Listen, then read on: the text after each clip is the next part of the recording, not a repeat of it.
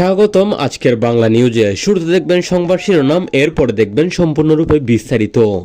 আওয়ামী লীগ আবারও বাংলাদেশের রাজনীতিতে ফিরবে এমন প্রত্যয় ব্যক্ত করেছেন সাবেক প্রধানমন্ত্রী শেখ হাসিনার পুত্র সজীব ওয়াজেদ জয়।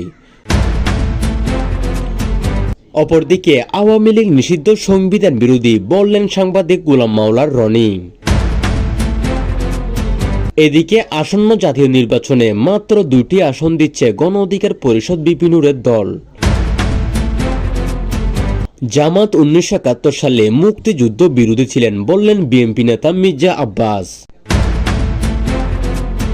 এবং সর্বশেষ দেখবেন শাহবাগে আওয়ামী লীগের ডজন ডজন জটিকা মিছিল। এতক্ষণ শুনলেন সংবাদ শিরোনাম, এবার দেখবেন সম্পূর্ণরূপে বিস্তারিত।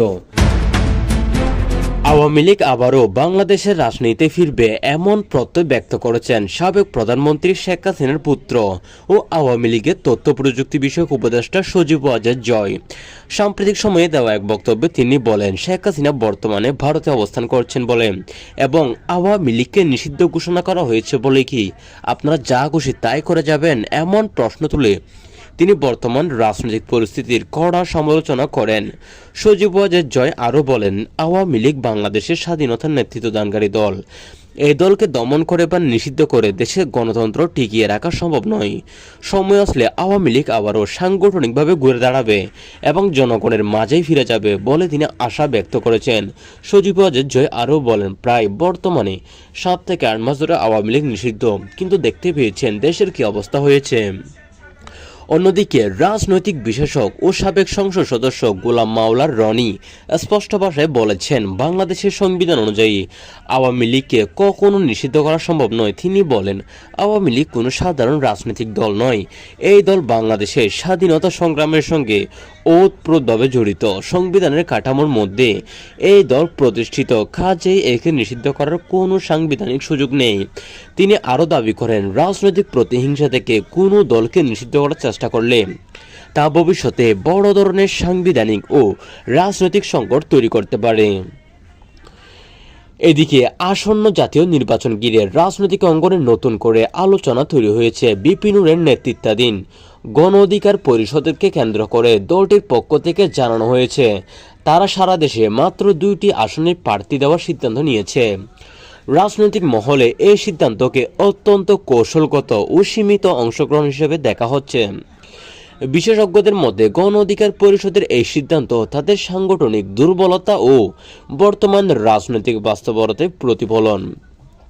তবে দলটির নেতারা বলছেন, সীমিত আসন অংশ নিয়েও তারা জনগণের সামনে নিজেদের রাজনৈতিক অবস্থান স্পষ্ট করতে চান। সব মিলিয়ে আওয়ামী লীগকে ঘিরে নিষেধাজ্ঞা, সাংবিধানিক বৈধতা এবং বিরোধী দলের দলগুলোর সীমিত নির্বাচনী অংশগ্রহণ, এই 3 বিষয় মিলিয়ে দেশের রাজনৈতিক অঙ্গনে উত্তেজনা ও অনিশ্চয়তা ক্রমে বাড়ছে।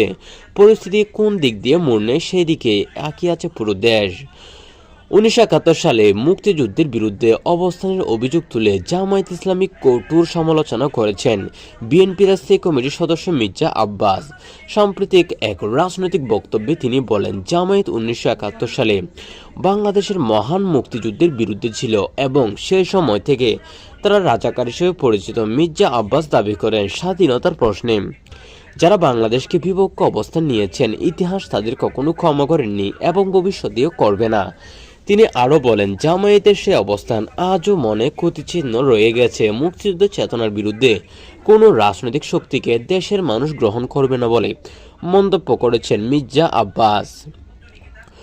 অন্যদিকে রাজধানীর শাহবাগ এলাকায় আজ নতুন করে উত্তেজনার সৃষ্টি হয়েছে, যেখানে নিষিদ্ধ ঘোষিত আওয়ামী লীগের একটি জটিকা মিছিল দেখা গেছে। প্রত্যক্ষদর্শীরা জানান, হঠাৎ করে কয়েক ডজন নেতাকর্মী ব্যানার স্লোগান নিয়ে শাহবাগ এলাকায় মিছিলে বের হয়। মিছিলটি খুব অল্প সময়ের মধ্যে ছত্রভঙ্গ হয়ে যায়।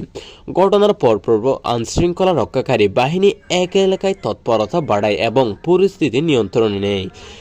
এই জটকা মিছিলকে কেন্দ্র করে রাজনৈতিক মহলে নতুন করে আলোচনা উদ্বেগ তৈরি হয়েছে। অনেকে বলছেন, নিষিদ্ধ ঘোষণার পরও এমন প্রকাশ্যে কর্মসূচি আইন শৃঙ্খলার পরিস্থিতিকে আরও জটিল করে তুলতে পারে। বিশেষজ্ঞদের মতে, একদিকে মুক্তিযুদ্ধের ইতিহাস নিয়ে রাজনৈতিক দলগুলো পারস্পরিক অভিযোগ, অন্যদিকে নিষিদ্ধ রাজনৈতিক দলের আকস্মিক কর্মসূচি, এই দুই বিষয় মিলিয়ে দেশের রাজনৈতিক অঙ্গনে উত্তেজনা দিন দিন বাড়ছে। সামনের পরিস্থিতি কোন দিক দিয়ে যায় তা নিয়ে সাধারণ মানুষের মধ্যেও উৎকণ্ঠা উদ্দীপনা বেড়ে যাচ্ছে। তো বন্ধুরা, আজকে এই ছিল আমাদের নিউজ। আজকে নিউজটি যদি ভালো লাগে চ্যানেল সাবস্ক্রাইব করে দিবেন। এরকম নিউজ আমরা প্রতিনিয়ত আপলোড করি। ধন্যবাদ।